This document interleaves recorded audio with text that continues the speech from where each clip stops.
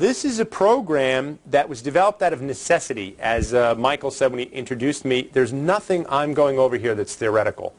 Every single thing I'm going over are all things I've had to do myself in order to get the results that I wanted, either in the companies I personally ran or in the clients that I've had to help and serve.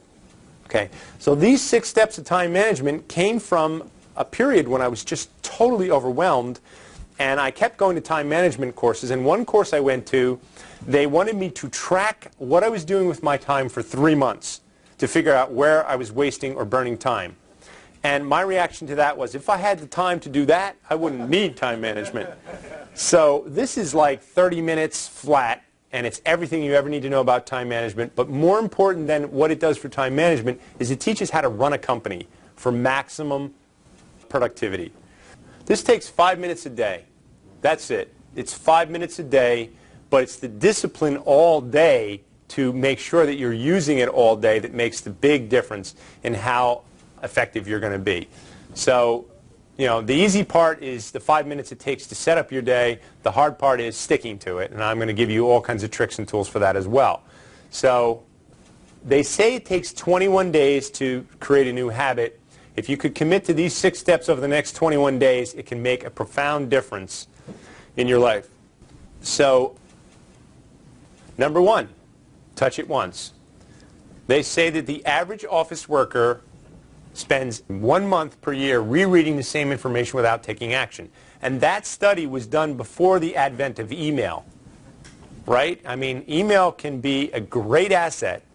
I mean, tremendous asset. I do so much with email. It's amazing.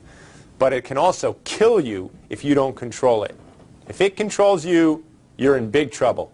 You need to control it. That's what makes the difference. So I don't even, you know, I don't know how your software program works, but in mine, the email is a darker, bolder color until you open it, right? You guys mostly have that? So I don't even open it until I know I can deal with it. And that explains some of my clients in the room, like, it might take a day or two to get an answer from me on something because I'm not going to open it until I can deal with it. So same thing with papers. You know what it's like. You come in, you got all this work, you look at something, you read it, oh yeah, I got to deal with that, but not now. And you actually waste a month of your life a year doing that. It's amazing. So if you touch it, take action with it. That's the first step to great time management. Create a file. Files for your desks, files for your briefcase, you name it, you should have a file for it. Let's talk about your computer organization. Like I said, in order to help 10 companies a week, I have a big folder, big giant thing, and it's got the 10 companies in them. And of course, I have things really highly organized on my desktop. So, and this is just me because I can't tell you what to do for you, but I have files for everything. So I have the client name, and then I break it down. There's presentations, promo pieces, direct mail, work in progress, workshops, and then under workshop I have first workshop, I have CRM initiative. I just keep adding files. So that when I open up a file, I can find stuff really, really fast. So organizing yourself in a way that everything is filed, and again, if it's a paper world, and we just moved so away from that. I've been teaching this thing for 15 years. So 15 years ago, there wasn't email, there wasn't the internet, and people didn't even start using computers, really, you know, until the mid-90s, not like we do today where everybody relies on one. But it made a huge difference in my world once I started to realize how important those files were. So even in my briefcase, I have files of all the things I have to do, and I don't even have to tell my assistant where to put my travel information. I have a travel file. And so she knows when I'm going on a thing. We don't even have to talk about it. I know when I'm going, I get to the airport, I pull the travel folder out of my briefcase, and there's all my travel information right there. So the more you can file, you know, and organize your life so that you can be on things when you need to be on them and off of them when you don't need to be on them. And so you have a file of work in progress. You have a file for every little thing. It really makes a difference. The same is true for email files. Touch it once, pass it on. If you touch it, take action. So you can create a file, you can write a memo, or post it, again, in a paper world, so most of us don't even deal with that anymore. Post-its are, you know, given away to email. But what's great about email is you can pass it on. It's just a wonderful thing. Pass it on to the boss, pass it on to a subordinate, do your thing with it, and then pass it on. Let's talk about email. The reason email is not treated with respect is because there's too much irrelevant email. So one of the keys to great management of your email is great sentences. So you know what I'm saying? You send somebody an email that says, the upcoming gorilla event. And then they send it back and they go, yeah, I'm going to go, and by the way, did you get the, the thing worked out with Bill, our client? And then the email comes back again and it still has gorilla event at in the subject, and now we're talking about a client in the same email. It's a completely different subject. So now, have you ever had this happen to you? Now you need to go back and find that email, and there's 7 of them with the same stupid subject. So change the subject as you go. But any client of mine in the room knows what I'm talking about. I am really like a stickler at it. I'll yell at them for it. Don't send me one with the subject that has nothing to do with the content of the email. And it's the same with me. You get an email from me, it's got great subjects, right, Lisa? Big on the subjects, so that I can look at it and make a decision, do I need to open this now? So force that company policy. The subject must have to do with what the content of the email is, and everybody must adhere to this. And if the content of the email changes, the subject changes. So that now you don't have 7 emails with the same subject. You've got 7 emails with 5 different subjects, and you can find what you're looking for right away. Again, just trying to help you manage and maximize your productivity and your time. What are you doing to keep your email under control? I'll talk about that in a moment. It can be the death of good time management. Companies that have emails constantly sounding when they come in put every person in a reactive mode all day long. So you'll see, I'm going to show you how you plan time for the emails. It makes such a huge difference.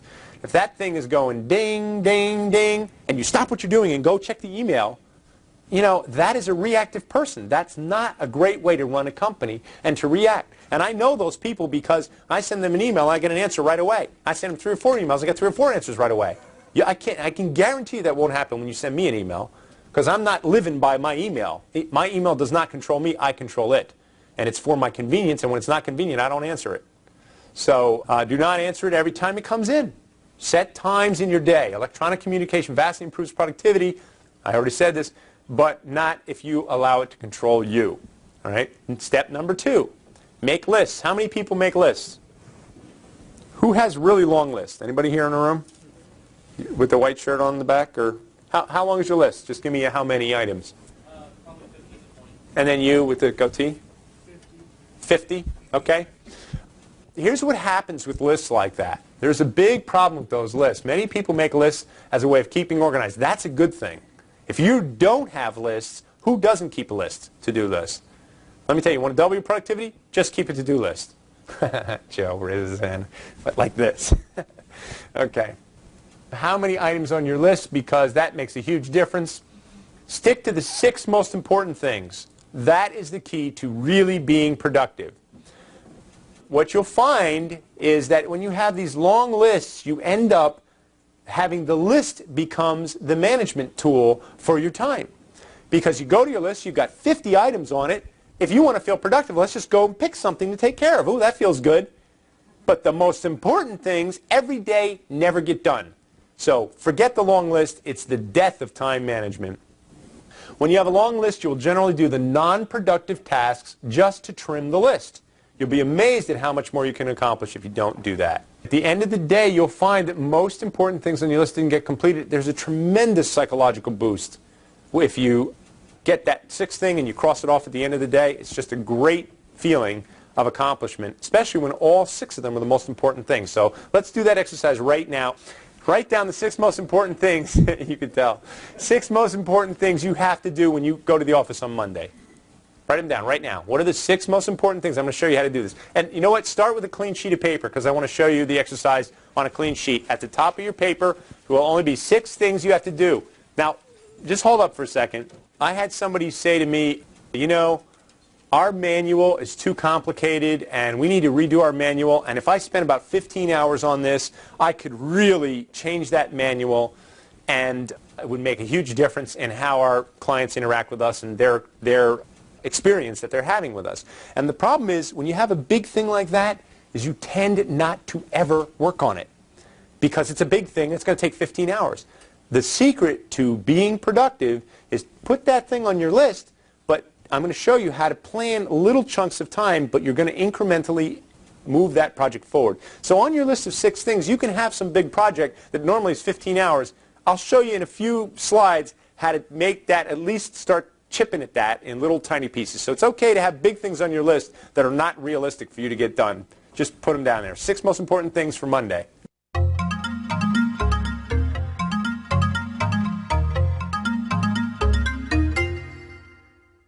Okay, now, here's the second step. Oh, and here's just another little thing. I keep a side list as things come up, because in addition to your, again, if you're like me and you help 10 companies a week, and most of you have plenty of responsibilities that you have to do, I keep a separate to-do list. And so as things come up that I can't put on the 6 most important things for today, I keep this little side list of things that have to be done. Those are actual things on my plate right now. Okay, so now the third step to time management, there's only 6. Now what I want you to do is not plan when, do not plan when.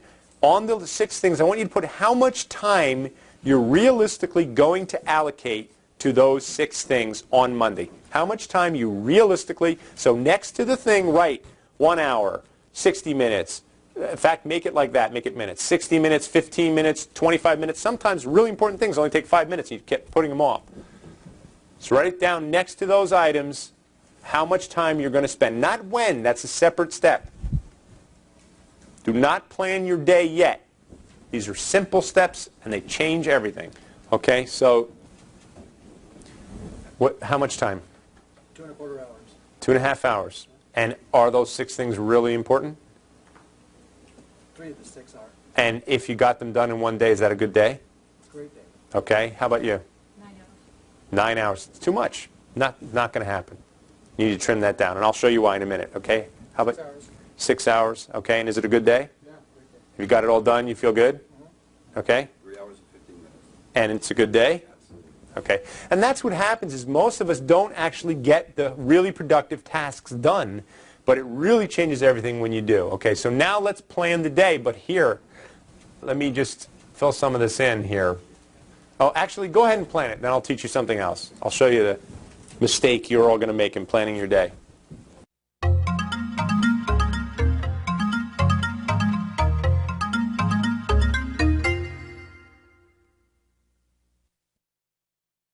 There's a couple of things I want to point out to you. See, we've planned in check email. We plan that into the day.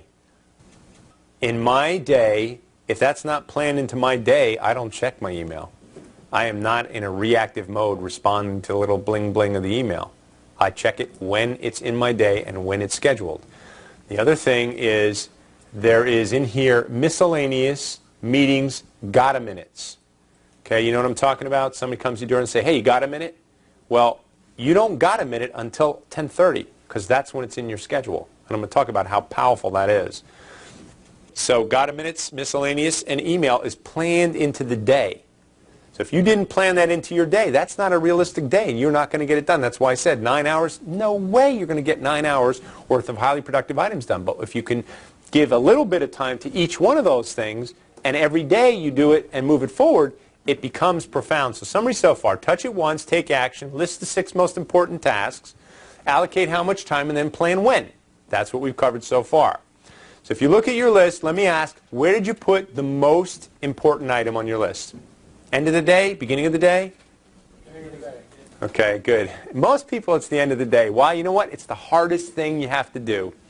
So the next rule is the most important things are often the most difficult, so get them done. Get them done first, you know. Get the hardest things done first. Another trainer who teaches time management calls it eating the crust first. So the rest is just pie. Okay? Okay. Now let's look at your list. On this manager's list, the contract was the single most important thing. Get the harder projects done first. So that's step 5, is prioritize and do the most important things first. Get them out of the way. When I was running all those magazines and newspapers, there were these big things that made all the difference. And prior to utilizing these techniques, which I'm showing to you, that stuff had to get done at home. It got done on the weekends. It got done on the nights. I couldn't even think about getting that stuff done at the office. So this is what they say. Only 20% of your effort brings 80% of the results. And, you know, have you ever had one of those people who's like really busy? And they're so busy all the time. And you look at the productivity, it's really low. It's what I call busy work. So a lot of people are super busy, but their results are very low. Who knows what I'm talking about? You've had someone working for you, are really busy, but they actually don't produce a lot of results. There are people like that. And so for those people, this becomes critical. this whole technique becomes really, really critical. What would happen if 80% of your time was focused on results-producing items? So time spent on productive items is only 20%, and time spent on non-productive activity is 80%. Conceivably, if you could flip-flop those, you could get a 4-time increase in productivity. That's why I said I taught this program on a Monday.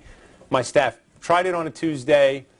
People even came to me and said, you know, this is the most productive day I think I've ever had, and by Friday, nobody's doing any of it. But then here's the difference. On Monday, I taught it again. And the following Monday, I taught it again. And then I walked around and I wanted to see that little worksheet you did. I want to see that for every employee. And now with email, it can just be sent around and supervisors can look at it. People respect what you inspect. So now, when I'm trying to get a company to adapt the whole company to managing their time more effectively, the supervisors have to go around and look at everybody's list and what they're doing. Now, what about people who are in administrative, reactive tasks? You know, who your whole job is to respond to activities rather than create them. Well, you know, it's the same for them. They need their 6 things that they want to get done. They try to plan their day the best they can, but their times of working on these things would be shorter because the majority of their time is in a reactive mode. Here's number 6. Will it hurt me to throw this away? I use the same exact philosophy for the emails and electronic files. I throw at least 80% of that stuff away. Because you know what? 80% of all filed information is never referred to again. So how do you prioritize and how do you decide what you're going to keep and what you're going to throw away? You throw away everything, practically, and ask that question. You know what? If I really needed this again, can I get it? And again, if you're a boss, that means yes almost all the time because somebody on your staff will be able to get it for you. So, and I know that makes you crazy. I'm seeing my assistant going, oh, that's what he's doing. That's why I always have to find those things. But there's not that many because, you know, you can prioritize and you know what you're going to need again and you know what you can throw away just if you ask that question. Will it hurt me if I throw this away? Okay, so let's talk about, you know, the minute-by-minute manager or the got-a-minute manager. Remember the one-minute manager, that best-selling book? Well, most of us are what we call the minute-by-minute manager where you run the entire company in got-a-minutes. Most managers are minute-by-minute managers. They do not manage their time, nor do they insist on the same from the staff. Thus, most managers are in a reactive mode all day long. These managers have to work a lot of unnecessary hours because the important stuff never gets done.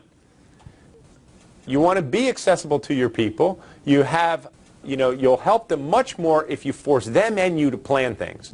So you have to imagine this. Again, I discovered this epiphany came when I was running 9 companies. And what kind of people would you expect me to hire? Bright, smart, clever, you know, in my face all the time trying to get some new thing. And my whole day was got-a-minutes. I didn't even try to get anything productive done at the office. I just didn't even try. I would go in and react so the important big things that made the differences in the company would get done on the weekends and the nights. I remember, I think I actually say it in here. This is a house cleaning example that even if you sat down and you had to clean your house, there was some study that was done that showed that a wife who says, yeah, I'm cleaning the house today, and just kind of milly-mallied through the day, it took all day to clean a 3-bedroom house, and versus if the woman sat down and planned exactly what they were going to do and when, they could do it in 3 hours. Literally, 8 hours worth of work done in 3 hours. So here's reactive traits. Managers always accessible and open to interruptions. This doesn't force anyone to be well organized. Let me just tell you, this is secrets of billionaires here, guys. When you've worked for billionaires, you think you call up Charlie Munger and say, hey, Charlie, got a minute? You call his assistant, you get on his calendar, you are prepared when you get in front of him, you know what you're going to say, you go right to the point. That's how, if you each treat yourselves that way and your time that way, you're going to get a massive impact on your productivity. Few formalized meeting. That's another reactive trait. Anyone can interrupt anyone else anytime for any reason. That is a reactive organization. Few formalized policies and procedures so that the wheel must be created each and every time. When meetings are held, there are no assigned goals, deadlines, or tasks. These are rules of great, well-run companies. These managers function at about 25% of their potential efficiency, and that's most managers, which is why you don't have highly productive organizations. The minute manager does not plan their day. Instead, they are reactive all day. The minute-by-minute manager runs their department or company by got-a-minute meetings, and they do not manage their time, nor do they require anyone else to do the same, and so the entire active office is in a reactive mode. A proactive office, the manager sets their schedule each day with specific times for miscellaneous meetings and interruptions. So I'm working in these 9 companies. I come back from that 0 to 100 million program. I put out a memo that says, do not come to my office anymore and ask me if I got a minute, because the answer will be no. I run 9 companies. Here's what they are. Here's the time schedule that I will meet with these 9 companies. That's it. And if it's urgent and must be dealt with that day, then you can come and interrupt me. And if it's urgent and can wait an hour, I'm going to put 2 periods of time outside my door every day that you can come and interrupt me. And anyone who's worked for me knows Lisa and another company, right? We had it right outside the door. People had to sign on for their got-a-minute meetings. And I built that into my day. And the rest of my time was highly productive getting stuff done. Cover that in a moment. So employees are expected to meet weekly and to have specific agendas. Unless urgent, employees keep running tally of discussion items with boss. It was the other thing that went out with that memo was a little pad that said with Chet. So I put this memo out on a Thursday. I never forget, because on Friday it was the first day in my entire career of running all these companies that virtually no one came to my door. And I felt like going around and interrupting people because I didn't know what to do with all that time. I'm serious. I mean, I was literally like, you sure you don't need a minute there, bud? Because, you know, I couldn't conceive of at the office working on the marketing calendar or working on the new greatest strategic objective or working on the promotional piece or the trade show brochure. These were all big think projects where I would do them at home. And so this changed my whole life, just these 6 things. It was just amazing. Proactive office, a manager has highly proactive schedule each day. A manager expects and inspects each employee to do the same. So you want to get this working in your company, you've got to go around and look at those time management sheets. So we'll give you a worksheet, but it's pretty much what you wrote down there. In the beginning of trying to get this to really work in your office, you must police it through the organization. Hold workshops on the material, get deeper and deeper. Ask the employees what they think they can do. So again, I'm telling you, the ways to really get this going is to sit down with your people and say, look, how can we get this implemented? You'll get some great ideas. I had another company where they put it on the web, and they actually created a little web software program. They were a technology company, where now everybody goes on the web so that any supervisor can go on and look at any employee's task and then send an email saying, what's this doing on here? And by the way, you want to get a real eye-opener? Go around and inspect your employees' to-do lists and see what they think is the most important things they need to get done that day. They're pretty shocking sometimes.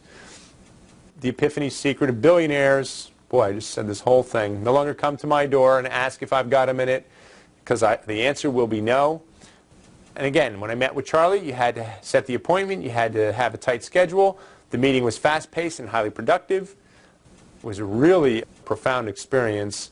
As a result of this memo, I had nothing to do all day. So here's a proactive mode. Weekly departmental meetings are held without fail. Staff is asked to hold ideas unless it needs to be answered on the spot until the weekly meetings, and that takes discipline. So when you first implement this, people will come and say, hey, you got a minute? Go, you know what? That can wait till the weekly meeting. And that makes the weekly meetings even better. Remember, I told you a lot of people abandon doing the weekly meetings because they don't get much done, and they throw out the baby with the bathwater. It's just about having a great meeting. Ideas are discussed in the weekly meetings. The manager always has an agenda, which is proactive for the meeting. So even you should have some agenda items, and if you just keep a running tally of what you did last week, you'll incrementally improve the company. Tasks, deliverables, and strictly enforced deadlines are assigned. Manager allocates an hour per day in which he or she will take minutes. Could be a half an hour. Or 2 half-hour segments is always good. Staff plans their day and works their plan. So here's a manager's day. Let's lay this out for you. 8 to 8:30, plan day. Have quick look at staff's plan. 8:30 to 9, check email. 9 to 9:30, work on strategy, overcome our new, most frequently heard objection. 9:30 to 10, create a standard promotional piece to overcome that objection. 11 to 12, got a minute's email, miscellaneous. So there we're handling everything that we have to do. Lunch with important client, proposal review, got a minute's email, and miscellaneous. Again, from 2 to 3. This is probably somebody with a bigger company. Review our 7 muscle marketing for the month. Work on the better systems I was working on. Meet with the marketing department. If you look at this day, there's 2 reactive periods in the day. The whole rest of it is all proactive. That's the way your day should be laid out. So that's really how you'll get it done. It'll make all the difference. So now let's go over salesperson's day, because this came up. plan, make phone calls. So from 8:30 to 10:30, make phone calls, set appointments, follow up on at least 6 hot prospects, make cold calls. Miscellaneous, because you know stuff's going to happen, it's going to get you pushed off your schedule. So everybody, when you plan your day, you need to have those miscellaneous times built in there because you know you're going to get interrupted. Lunch with client, write follow-up letters, sales call to presentations with clients, 3:30 to 4:30, emails, miscellaneous meetings. This is actually not a good salesperson day because it says right here, and it's not even in this day, a salesperson should spend at least 2.5 hours per day prospecting for new clients. The best will spend 4. So just giving you some kind of gauge, in that salesperson's day should be at least 2.5 hours doing a rainmaking, bringing in the business, prospecting, looking at new business. The best will spend 4 hours a day. And more than that is probably not realistic unless you just started today and you have nothing else to do in your day. Reactive tasks, paperwork should be grouped together or done all at once. After interruption, salesperson goes back. So you know you've got 2 or 3 miscellaneous time periods built into your day. When the interruptions come, you just go back to your schedule. And that's where people get messed up. Interruptions come, you let the whole thing go out right out the window. When the interruptions come, you go back to that day. It makes a huge difference. So list the 6 most important things. So in summary, how long will each task take? Organize when. Here's the steps, by the way. Stay on schedule as much as possible. When something interferes with your schedule, go back to your list and stay on schedule.